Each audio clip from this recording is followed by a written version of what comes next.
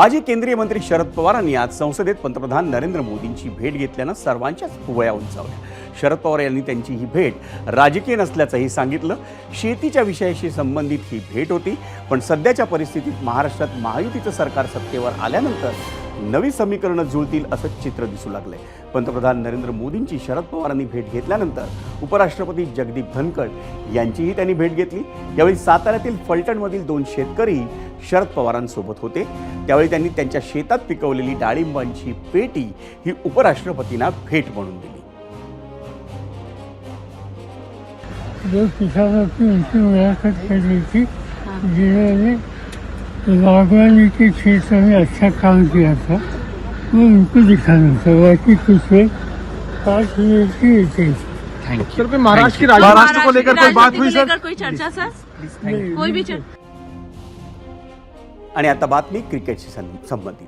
भारताचा off spinner Ravichandran अश्विननं आंतरराष्ट्रीय क्रिकेटमधून निवृत्त होण्याचा निर्णय घेतलाय।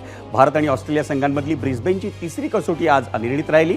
अर्थात या कसोटीसाठीच्या भारतीय संघात अश्विनचा समावेश नव्हता, पण ही कसोटी अनिर्णित राहिल्यानंतर झालेल्या पत्रकार परिषदेत त्यानं आपल्या निवृत्तीची घोषणा केली। अश्विननं 2010 साली आंतरराष्ट्रीय क्रिकेटमध्ये पदार्पण केलं होतं। गेल्या 14 वर्षांच्या कारकिर्दीत त्यानं 106 कसोटी सामन्यांमध्ये तब्बल 537 विकेट्स घेण्याचा पराक्रम गाजवलाय।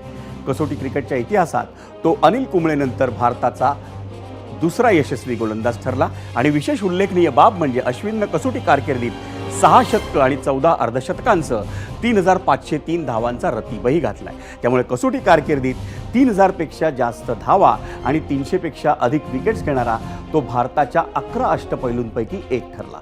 रविचंद्रन अश्विनच्या नावावर वन डे आंतरराष्ट्रीय क्रिकेटमध्ये 116 सामन्यांमध्ये 156 तर 65 T20 आंतरराष्ट्रीय सामन्यांमध्ये त्याने 72 विकेट्स घेतल्या। भारताच्या 2011 सालच्या वन डे विश्वचषक विजेत्या आणि 2013 सालच्या चॅम्पियन्स ट्रॉफी विजेत्या भारतीय संघातही अश्विनचा समावेश होता। अश्विनच्या चाहत्यांच्या दृष्टीनं समाधानाची बाब म्हणजे तो यापुढच्या काळात IPL मध्ये खेळणार आहे।